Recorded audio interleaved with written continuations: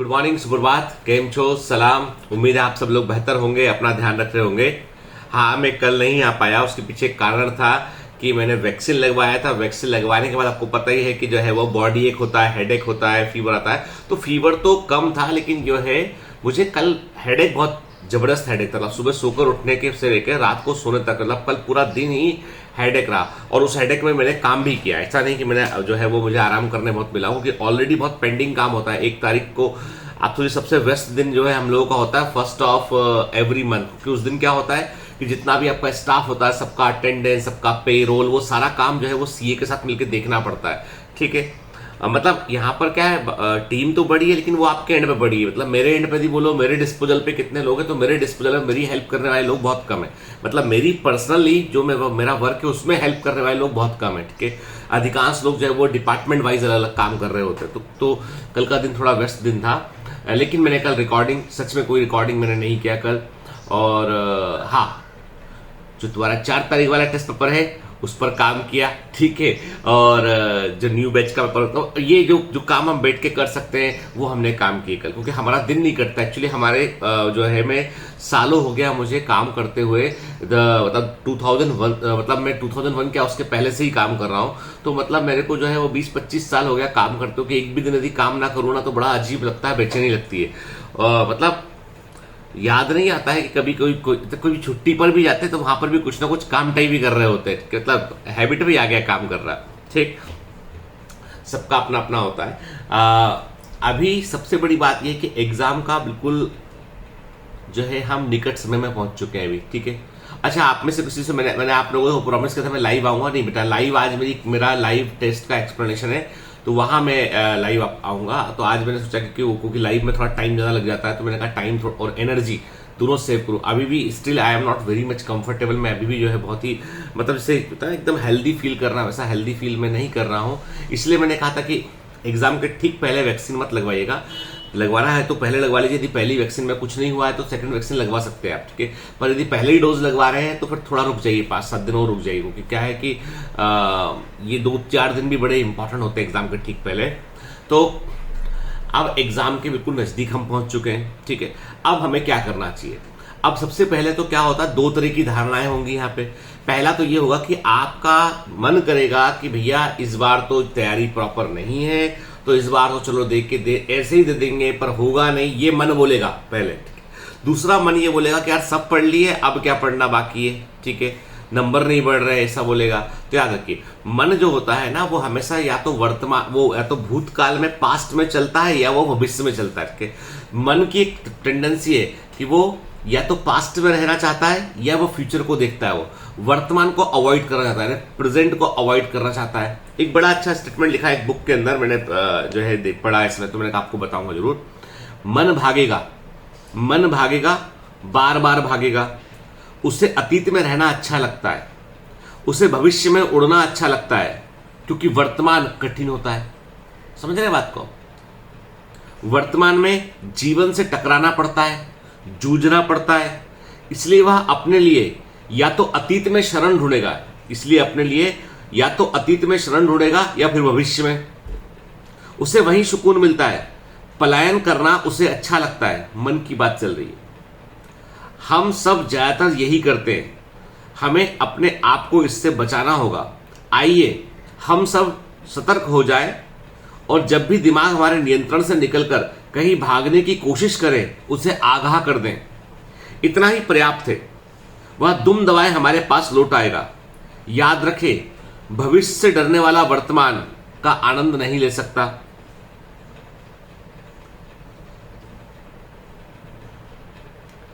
तुर्की की एक बहुत ही खूबसूरत लोकोक्ति है, तुर्की की एक कहावत है, आज का अंडा आने वाले कल की मुर्गी से बेहतर है। और इसमें जोर वर्तमान पर ही है। यदि हम मनोवैज्ञानिक दृष्टि से देखें तो यह साफ लगता है कि यदि मैं अपने वर्तमान की प्रशंसा नहीं कर सकता तो फिर भला भविष्य की प्रशंसा कैसे कर सकता हूं? भविष्य ही भाग्य है, और इस भाग्य का निर्धारण वर्तमान करता है। अंग्रेजी में एक कहावत है कि मूर्ख यह कहता है कि मैंने अपना अतीत को नष्ट कर दिया, जबकि बुद्धिमान व्यक्ति कहता है कि मेरा भविष्य अभी भी सुरक्षित है। भविष्य कभी नष्ट नहीं होता, जब तक कि आप उसे नष्ट करना ना चाहें। भविष्य तभी नष्ट होगा जब आप अपने वर्तमान को नष्ट कर दें। अब आप सोचिए वो क्या बोल रहा है आपसे।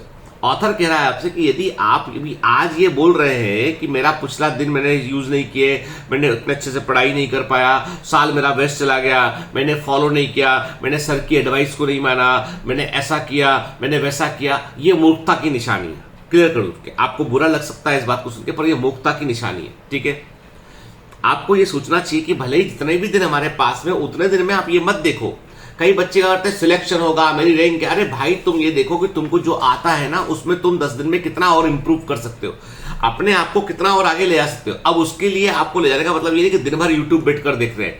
ये सब मार्केटिंग प्रोपेगेंडा है कि सुबह से कोई आ गया, रात से कोई आ गया, बैठा हुआ है सामने यूट्यूब पे किताब लेके, तुम भी बैठे हो यूट्यूब किताब। अरे भाई पढ़ लो खुद से। ठीक है, ये सब देखो, यूट्यूब एक जरिया मात्र है आपको आपके टीचर से कम्युनिकेट करने का। किसी एक टीचर से पढ़ रहे हैं तो उससे आप जुड़े रहिए, कोई प्रॉब्लम नहीं है, लेकिन दिन भर मीडिया से बाहर निकलिए। आज आप बोलोगे सर आप लोगों ने भी आज दिन भर लाइव सेशन रखा हुआ अपना। नहीं, हमारा बेटा टेस्ट का एक्सप्रेशन है। ठीक है, यदि आपको टेस्ट में 720 आउट ऑफ 720 तुमने स्कोर किए हैं, टेस्ट में तुम्हारा स्कोर अच्छा है, टेस्ट में तुम्हारा स्कोर जो है वो 600 650 है, और तुमने अपनी गलतियों को देखा और तुमने कहा हाँ मुझसे सिली मिस्टेक हुई थी, मैं ठीक कर लूंगा, देयर इज नो नीड, जरूरत नहीं है देखने की। अरे मैं खुद लाइव सेशन लेते मैं बोल रहा हूँ चीज को कि यदि भैया तुमने अपना टेस्ट अच्छे से दिया, तुमको अपनी गलती मिल गई और तुमने उसको किताब में पढ़कर कट कर दिया, तो मैं बोलूंगा 2-4-6 घंटा बचा लेना, अपना बचा लीजिए। कोई दूसरा यूट्यूबर आपसे, यूट्यूब का टीचर आपसे नहीं बोलेगा ये चीज, बोलेगा आके देखो, मैं आया हूं, मुझे देखो, टिंग टिंग टिंग। तो मैं बोल रहा हूं आपसे, यदि आपने टेस्ट दिया और टेस्ट में आपने गलती किया, गलती को आपने आइडेंटिफाई कर लिया कि गलती, हाँ साहब ये गलती हमसे सिली मिस्टेक हुआ था, ये फंडे था, हमने पढ़ लिया 10 मिनट में ठीक हो गया, तो वाई टू वेस्ट टाइम। क्योंकि ये समय मेरे लिए तो हो सकता है कि मेरा चैनल आगे बढ़ जाए, लेकिन तुम्हारे लिए जिंदगी आगे बढ़ाने वाला वक्त है भाई, इसलिए तुमको एकदम अटेंटिव होकर पढ़ना है। ठीक है, दूसरी बात, आप क्या पढ़ लें, 10 दिन की प्लानिंग कर लें, 15 दिन की प्लानिंग आ रही है, 10 दिन की अरे भाई कोई इस समय सिर्फ एक प्लान है कि तुम्हारे पास जो बुक है उस बुक को पढ़ लो। ठीक है, जो तुम्हारे पास बुक है उस बुक को पढ़ लो, यही प्लानिंग है। और क्या प्लानिंग, अब ये दूसरी बुक पर पढ़ना, कोर्स की बुक पढ़ना, बुक है उसको पढ़ लो। ठीक है, जो आपने एमसीक्यू देखे आपने, और अभी आपको कठिन एमसीक्यू पर फोकस नहीं करना।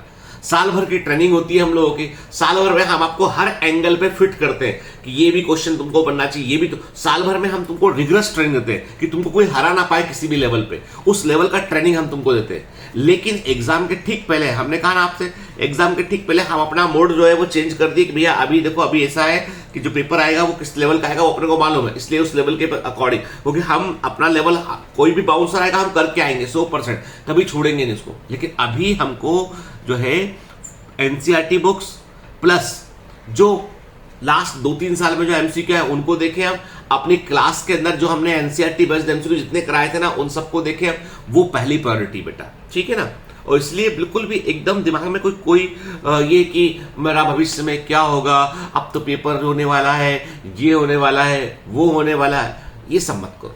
क्योंकि देखो अभी सिंपल सी बात है बेटा, मैं मानता हूं कि सभी लोग उस लेवल पर स्कोर नहीं कर पाते जिसमें वो सोचते हैं, कुछ ना कुछ अपने से गलती हुई होती है, कोई समय की बर्बादी हुई होती है, कोई हमने गलत चयन कर लिया, कुछ भी। ठीक है, कोई भी कारण हो सकता है बच्चे, लेकिन उसका मतलब ये नहीं है कि आप उस कारण से आज अपना पढ़ना बंद कर दें।